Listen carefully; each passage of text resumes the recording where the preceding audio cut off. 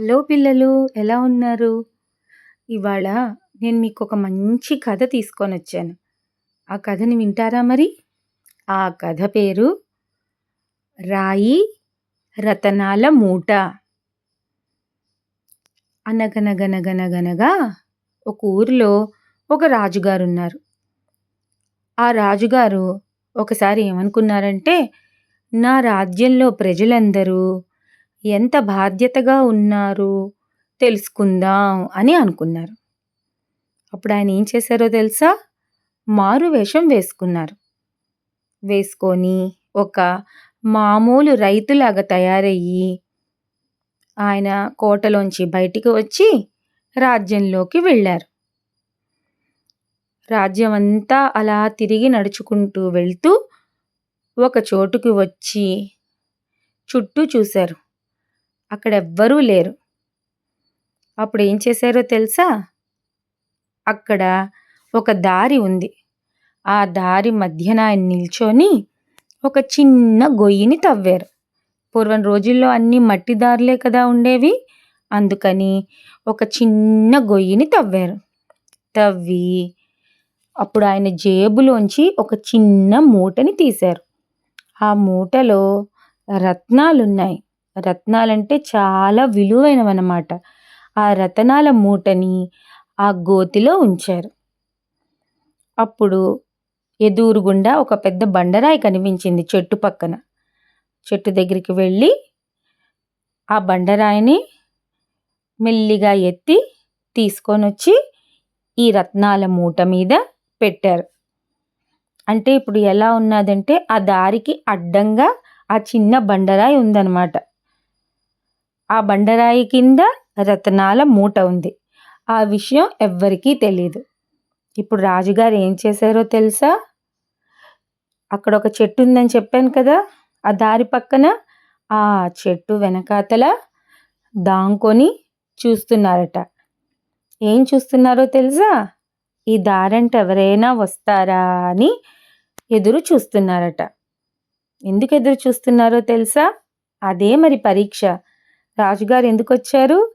తమ రాజ్యంలో ప్రజలు అసలు బాధ్యతగా ఉన్నారా లేరా అని కదా తెలుసుకోవడానికి వచ్చారు. కాబట్టి అదే పరీక్షని పెడుతున్నారన్నమాట. చెట్టు వెనకాతలు దాంకొని చూస్తున్నారు కదా. ఈలోపుగా ఏమైందట? ఒక పాలవాడు వేగంగా వస్తున్నట్ట. వేగంగా వస్తూ వస్తూ అమ్మో ఆలస్యం అయిపోతోంది, పాలు ఇవ్వాలి, అందరిళ్లలో పాలు పోయాలి అనుకుంటూ వేగంగా వస్తున్నాడట. ఏమైందిట? చూసుకోకుండా ఈ రాయిని, చిన్న బండరాయిని తన్నుకొని ఢాబ్బని కింద పడిపోయాడట. అంతే, అతని చేతిలో ఉన్న పాలకుండలు పడిపోయాయి. చీచిచ్చి, ఎవరి వెధవరాయిని అడ్డంగా పెట్టారు? నా పాలకుండలన్నీ కింద పడిపోయాయి. ఇప్పుడు ఏం చెయ్యాలి? ఎంత పని జరిగింది అనుకుంటూ తిట్టుకుంటూ అక్కడి నుంచి వెళ్ళిపోయాడట. అంతేగాని అయ్యయ్యో ఈ రాయిని ఇంకెవరైనా కూడా చూసుకోకుండా నాలాగే తన్నేసుకొని పడిపోతారే అని పక్కకి తీసి పెట్టలేదట. నిజంగానే వాడు కానీ ఆ రాయిని తీసి పక్కకు పెట్టుండుంటే ఆ రాయి కింద రతనాల మూట వాడికి కనిపించేదిగా. ఆ రతనాల మూట వాడికి బహుమతిగా అందుండేది కదా. కానీ వాడు ఆ అవకాశాన్ని పొందలేకపోయాడు. ఎందుకంటే ఆ రాయిని అలాగే వదిలేసి వాడి దారంట వాడు వెళ్ళిపోయాడు. అయ్యయ్యో అనుకున్నట్ట రాజుగారు. సరేలే, ఇంకా చూద్దాం, ఇంకెవరైనా వస్తారేమో, ఇంకెవరైనా ఈ రాయిని తీసి పక్కకు పెడతారేమో అని ఎదురు చూస్తున్నారట. అలా కొంతసేపు జరిగిందట. అప్పుడు కొంతమంది ఆడవాళ్ళు నెత్తి మీద కుండలు పెట్టుకొని వస్తున్నారట. ఆ కుండల నిండా ఏంటున్నాయో తెలుసా? నీళ్లు. వాళ్ళు నీళ్లు తెచ్చుకొని ఆ కుండల్ని నెత్తి మీద పెట్టుకొని వస్తున్నారు. వస్తూ ఉంటే ఏమైంది? వాళ్ళు మాట్లాడుకుంటూ వస్తున్నారు కదా. దారిలో చూసుకోకుండా పొరపాటున ఆ రాయిని తన్నుకొని పడిపోయారట. అయ్యయ్యయ్యో అదేంటి అలా పడిపోయావు, అలాంటి పడిపోయావేంటి అన్నారట. ఆ పడిపోయిన ఆవిడని చూసుకొని మిగతా వాళ్ళు, అదిగో ఈ బండరాయిని ఎవరో అడ్డు పెట్టారో, అది నేను చూసుకోకుండా తన్నేసుకున్నాను పడిపోయి, నీళ్ళన్నీ ఒలికిపోయి అని చెప్పేసి చాలా బాధపడిందట. అయ్యయ్యో! ఏం చేస్తానులే, ఏం చేస్తాం, పద పద లే అని ఆవిడ మిగతావాళ్ళు పట్టుకొని లేపారట. అంతే, ఎవరో ఈ బండరాయిని ఇంత అడ్డంగా పెట్టారు అనుకొని తిట్టుకుంటూ వాళ్ళు కూడా అక్కడి నుంచి వెళ్ళిపోయారట. అంతేగాని అయ్యయ్యో! రాయి అడ్డంగా ఉందే, దారికి పక్కకు పెడదామని వాళ్ళల్లో ఎవ్వరికీ ఆలోచనే రాలేదట. వాళ్ళు వెళ్ళిపోయారట. రాజుగారు అనుకున్నారట, ఈ రతనాల మూట వీళ్ళకు కూడా దొరికే అవకాశం లేకపోయింది, వీళ్ళకు కూడా బాధ్యత లేదు, రాయిని కనీసం తీసి పక్కన పెడదామని. సరే, ఇంకెవరైనా బాధ్యత ఉన్న వాళ్ళు వస్తారేమో చూద్దాం అని చెప్పి ఆయనకి ఇంకా ఆశ చావక అలాగే ఎదురు చూస్తూ ఉన్నారంట. ఈలోపు ఏమైందిట, కొంతసేపటికి పూర్వం రోజుల్లో వేటి మీద వెళ్ళేవారు ఎక్కడికైనా వెళ్ళాలంటే? గుర్రాల మీదైనా, ఎడ్ల బళ్ళి మీదైనా వెళ్తూ ఉండేవారు కదా. కొంతసేపటి తర్వాత ఒక ఎద్దుల బండి వస్తోందట.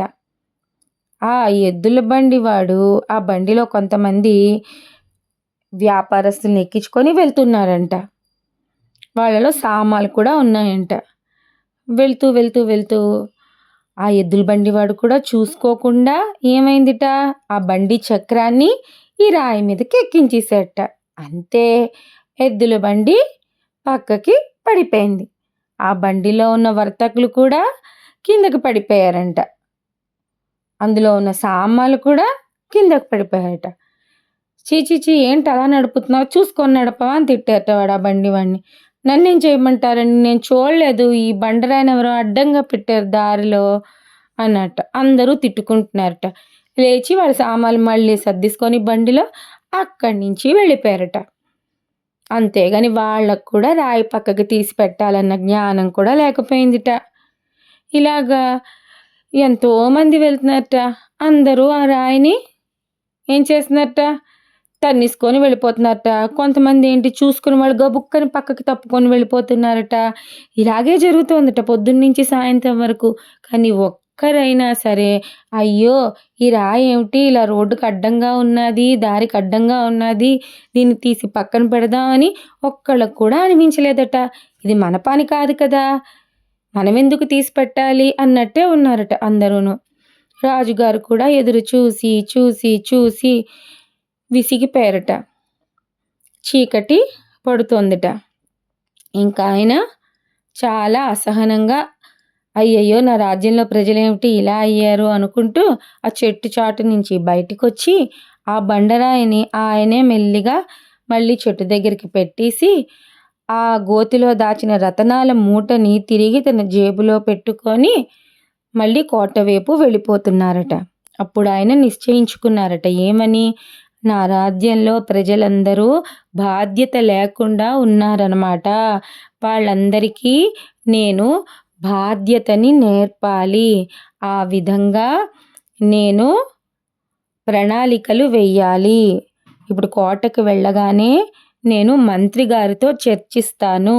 ప్రజల్లో ఎలాగైనా బాధ్యత పెరిగేలాగా చర్యలు తీసుకోవాలి అని అనుకున్నారట. ఇది పిల్లలు కథ.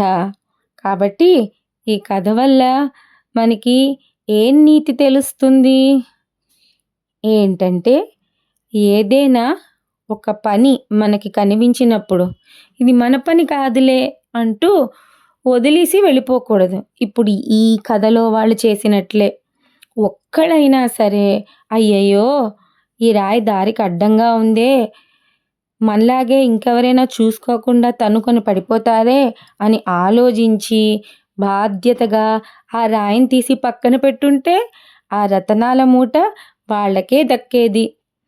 చెట్టు చాటు నుంచి రాజుగారు కూడా వచ్చి వాళ్ళని అభినందించి, ఈ మూట నేనే పెట్టాను, ఇది నీకు బహుమతి అని ఇచ్చుండేవారు. కానీ అలా జరగలేదు. ఎందుకంటే అందరూ కూడా ఇది మన పని కాదు, మన పని కాదు అనుకొని వెళ్ళిపోయారు.